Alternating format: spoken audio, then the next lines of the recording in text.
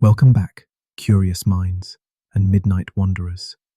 Tonight, we slip quietly through the gaslit streets of Victorian England, an era of strict manners and whispered secrets. By day, it wore a polished face of propriety. By night, it hummed with hidden desires and strange contradictions. So, get comfortable, close your eyes if you like, and let my voice carry you into a world where everything was not quite as it seemed. This is history, slow, strange, and just a little shadowed, the perfect companion for drifting into sleep. The Victorian era, spanning from 1837 to 1901, during Queen Victoria's reign, is often remembered for its strict moral codes, elaborate social etiquette, and the famous phrase that certain topics were simply not discussed in polite society. Yet behind the heavy curtains of respectability, another world thrived, one of hidden pleasures, clandestine meetings, and nighttime adventures that would have scandalized the very people who participated in them during daylight hours. Picture London in the 1880s as darkness falls. The gas lamps flicker to life along cobblestone streets, casting dancing shadows on the facades of grand townhouses. The same carriages that carried proper ladies to afternoon tea now transport them to destinations their daytime acquaintances would never suspect. The gentlemen who spent their days in Parliament or managing estates shed their formal personas like uncomfortable coats, stepping into a parallel universe where different rules applied. The foundation of Victorian society rested on what we might call the doctrine of separate spheres. Men occupied the public world of business, politics, and intellectual discourse, while women were expected to reign supreme in the domestic sphere, serving as moral guardians of home and family. This rigid separation created pressure that had to find release somewhere, and it often did so in the most unexpected places. Consider the phenomenon of the Victorian music hall, which emerged as one of the most popular forms of entertainment for the working and middle classes. These venues operated in a curious space between respectability and scandal. During the early evening, families might attend performances featuring sentimental ballads and comic sketches. But as the night progressed and the proper families departed, the atmosphere transformed dramatically. The performers who charmed audiences with innocent songs earlier in the evening would return to the stage in different costumes, singing increasingly risque numbers. The audience, too, underwent a transformation. What began as a family outing evolved into something more akin to an adult playground, where social conventions could be temporarily abandoned. Women who would never dream of speaking to strangers during their daily routines found themselves engaged in animated conversations with fascinating new acquaintances. Men who maintained stern professional demeanors by day laughed uproariously at bawdy humor they would publicly condemn. The music halls represented just one facet of Victorian nightlife's complex relationship with propriety. More intriguing still were the private clubs that flourished in major cities, particularly London. These establishments operated under various pretenses: literary societies, discussion groups, charitable organizations, but their true purpose often had little to do with their stated missions. The Cremorne Gardens in Chelsea exemplified this duality perfectly. Officially, it was a pleasure garden, offering family-friendly entertainment, complete with balloon ascensions, fireworks displays, and outdoor concerts. Respectable Victorian families did indeed visit during daylight hours and early evening. However, as night deepened, Cremorne transformed into something quite different. The dancing platform, which hosted sedate waltzes for proper couples in the early evening, became the stage for much more adventurous social mixing as midnight approached. The supper boxes, where families enjoyed refined meals, later welcomed groups engaged in decidedly unrefined conversations and activities. The very layout of the gardens, with its winding paths, secluded grottos, and dimly lit alcoves, seemed designed to accommodate both innocent family outings and clandestine romantic encounters. What made these transformations particularly fascinating was how seamlessly the same spaces served both purposes. The Victorian talent for compartmentalization extended beyond personal behavior to encompass entire venues and districts. A location could maintain absolute respectability during certain hours, while harboring the most scandalous activities at others, and everyone involved understood and respected these temporal boundaries. The phenomenon extended beyond entertainment venues into the realm of private social gatherings. The Victorian dinner party, that cornerstone of respectable social life, had its own shadowy counterpart in the form of late-night salons and private gatherings that began after the conventional social hour had ended. These gatherings often centered around intellectual or artistic pursuits that provided convenient cover for more unconventional activities. A poetry reading might serve as the nominal purpose for an evening where married women conversed freely with men who were not their husbands, where topics forbidden in polite society could be discussed openly, and where the rigid social hierarchies of daytime life could be temporarily relaxed or even inverted. The participants in these gatherings developed elaborate codes and signals that allowed them to communicate about their alternative social lives while maintaining perfect propriety in their public personas. A particular flower worn in a lapel, a specific phrase worked into casual conversation, or even the arrangement of objects on a mantelpiece could convey information about upcoming gatherings or signal one's willingness to participate in activities beyond the conventional social pale. This system of coded communication extended throughout Victorian society, creating parallel networks of information and invitation that operated alongside the official social channels. The same woman who appeared to be the picture of domestic virtue while paying morning calls might be using those very visits to coordinate evening adventures that would horrify her daytime acquaintances. The economics of Victorian nightlife also revealed fascinating contradictions. The same moral authorities who publicly denounced various forms of entertainment privately invested in the businesses that provided them. Theatre owners who presented sanitized, morally uplifting productions for respectable audiences often operated or had financial interests in establishments that catered to less conventional tastes during the late-night hours. This economic hypocrisy extended to the highest levels of society. Members of Parliament who delivered speeches about moral decay and the need for stricter social controls were known to frequent the very establishments they publicly condemned. Wealthy philanthropists who donated generously to causes aimed at reforming the moral character of the working classes maintained private clubs where they engaged in activities that would have provided ample material for their own reform efforts. The servants who worked in respectable households often possessed the most intimate knowledge of their employers' dual lives. A lady's maid who helped her mistress dress for an afternoon tea party might later assist with an entirely different costume for evening activities that required anonymity. Coachmen who drove families to church on Sunday morning might find themselves navigating the back streets of less respectable districts on Saturday nights. These servants developed their own complex code of discretion, understanding that their employment, and often their entire future, depended on their ability to see everything while appearing to notice nothing. They became skilled at managing the logistics of their employers' double lives, ensuring that the evidence of nighttime adventures never contaminated the carefully maintained facade of daytime respectability.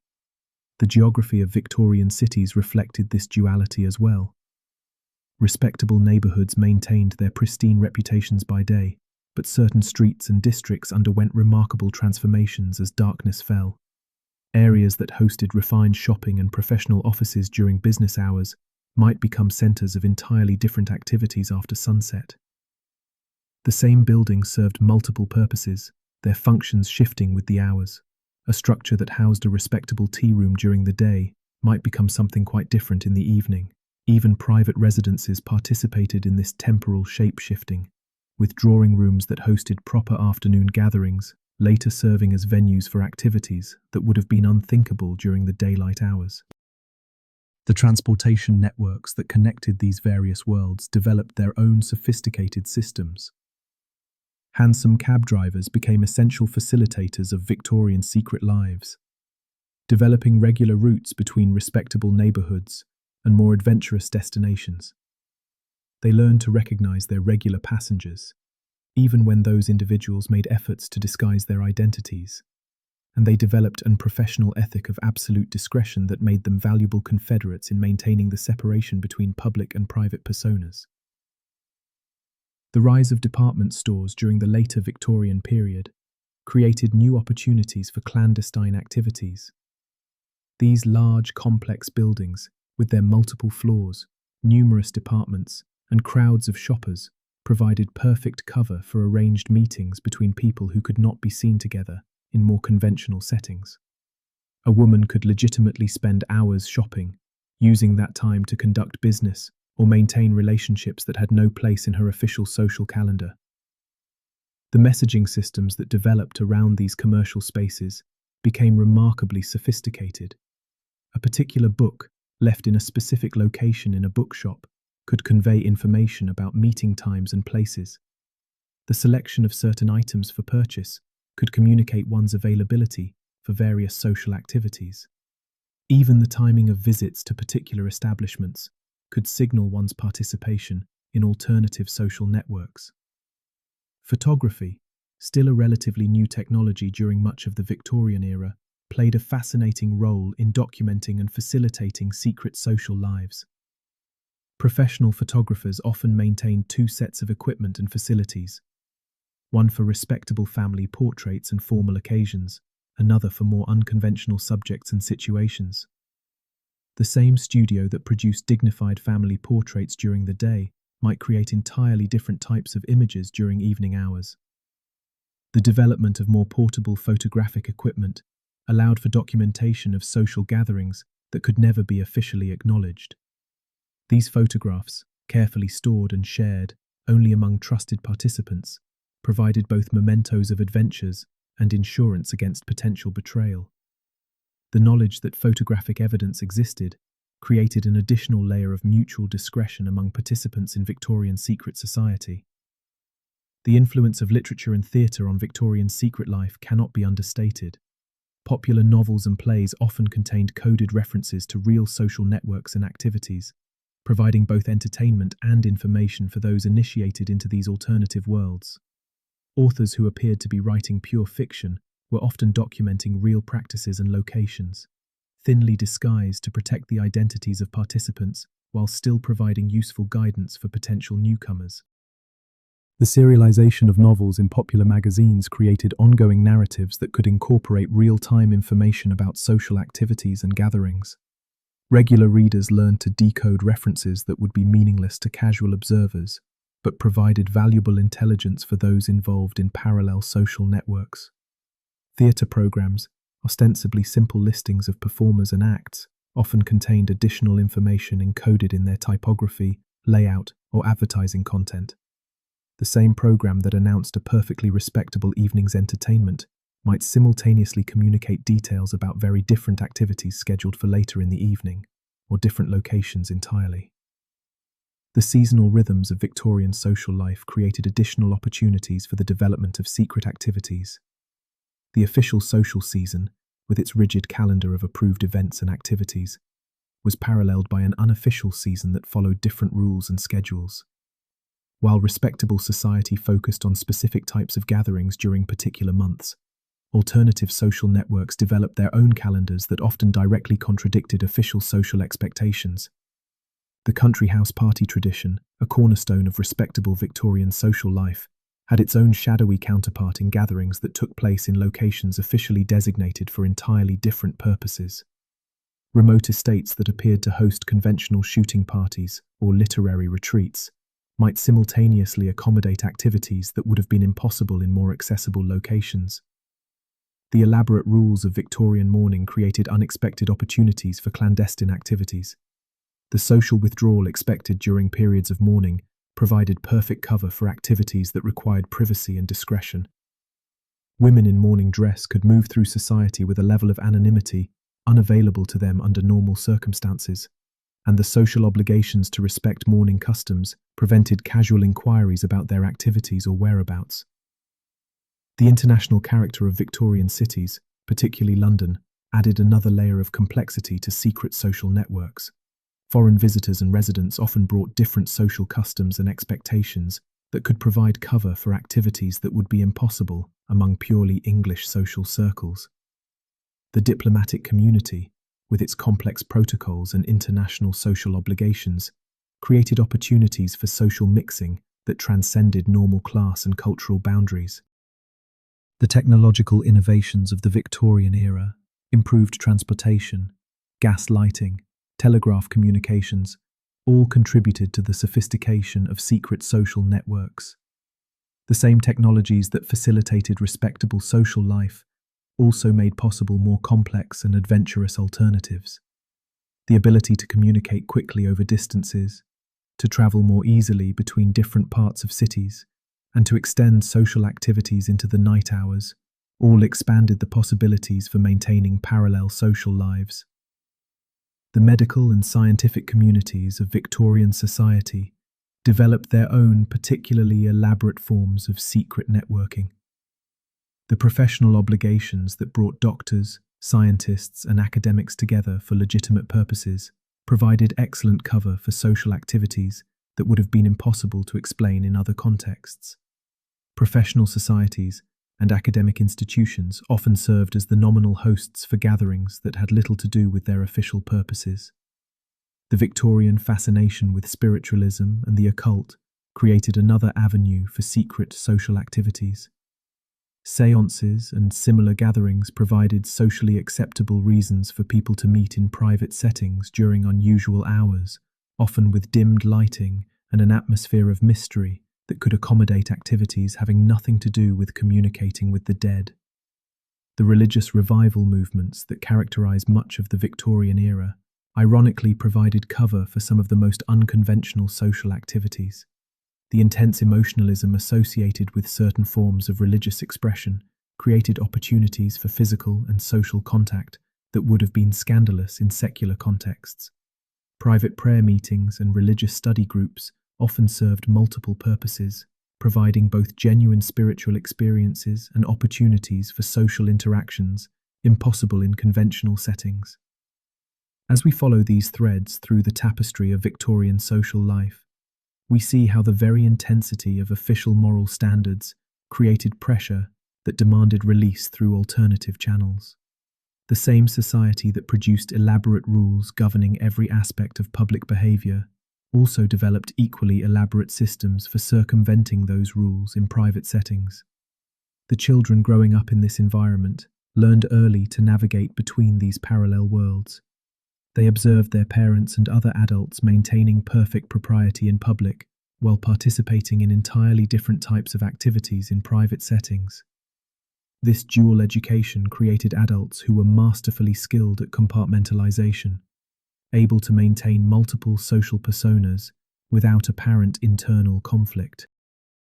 The servants, tradespeople, and working-class individuals who facilitated these parallel social worlds developed their own complex understanding of Victorian hypocrisy. They learned to profit from their knowledge while never directly challenging the official social order that provided their livelihood.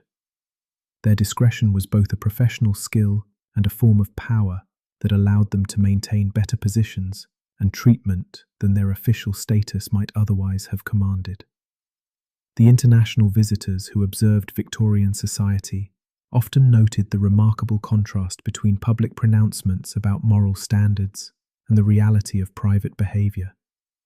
These outside perspectives provide some of our best documentation of the extent to which secret social activities permeated even the most respectable levels of Victorian society. As the Victorian era progressed toward its end, the tension between official moral standards and private behavior began to create increasing strain on the social system.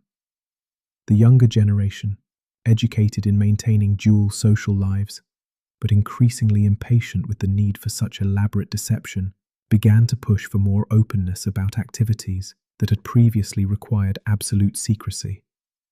The economic changes that characterized the later Victorian period also began to undermine some of the social structures that had made elaborate secret social networks necessary. The rise of department stores, increased mobility, and changing employment patterns for women all contributed to a gradual loosening of the social constraints that had made Victorian secret life both necessary and possible. Yet even as the strict social codes of the Victorian era began to relax in its final decades, the patterns of behavior established during the height of that period continued to influence social life well into the 20th century. The skills developed for maintaining parallel social identities, the networks created for facilitating secret activities, and the attitudes toward the relationship between public and private behavior all persisted long after the specific social constraints that created them had disappeared. The legacy of Victorian secret social life extends far beyond the specific activities and networks we have explored tonight. The concept that individuals might legitimately maintain different personas for different social contexts, that certain activities might be perfectly acceptable in private while remaining unsuitable for public acknowledgement, and that social institutions might serve multiple purposes simultaneously. All of these ideas became deeply embedded in modern social understanding. As you drift towards sleep tonight, consider how the Victorians' remarkable ability to maintain such elaborate parallel social lives reflected not hypocrisy, but rather a sophisticated understanding of the complexity of human nature. They recognized that the same individuals who genuinely valued respectability and moral standards might also need outlets for expressing different aspects of their personalities and desires. The gas lamps that lit Victorian London's secret nightlife have long since been replaced by electric illumination, but the human needs they served remain constant across time. The desire for adventure, for social connection beyond conventional boundaries, for experiences that provide relief from daily responsibilities and constraints. These fundamental aspects of human nature find expression in every era, though the specific forms may change. Rest now, knowing that the elaborate social dances of Victorian secret life were ultimately expressions of the same human complexity that continues to shape our own relationships and social structures. The Victorians may have been more skilled than we at maintaining multiple social identities, but their underlying motivations remain remarkably familiar to anyone who has ever felt the tension between social expectations and personal desires. Sweet dreams of gaslit streets and secret gatherings, of coded communications and parallel social worlds, of a time when maintaining mystery was itself an art form, practiced by masters of social complexity. Thank you for joining me on this journey back through time. I hope you enjoyed it just as much as I did. Close your eyes if they aren't already, and listen to the soothing backdrop of calming sounds as I finally sentence you to sleep.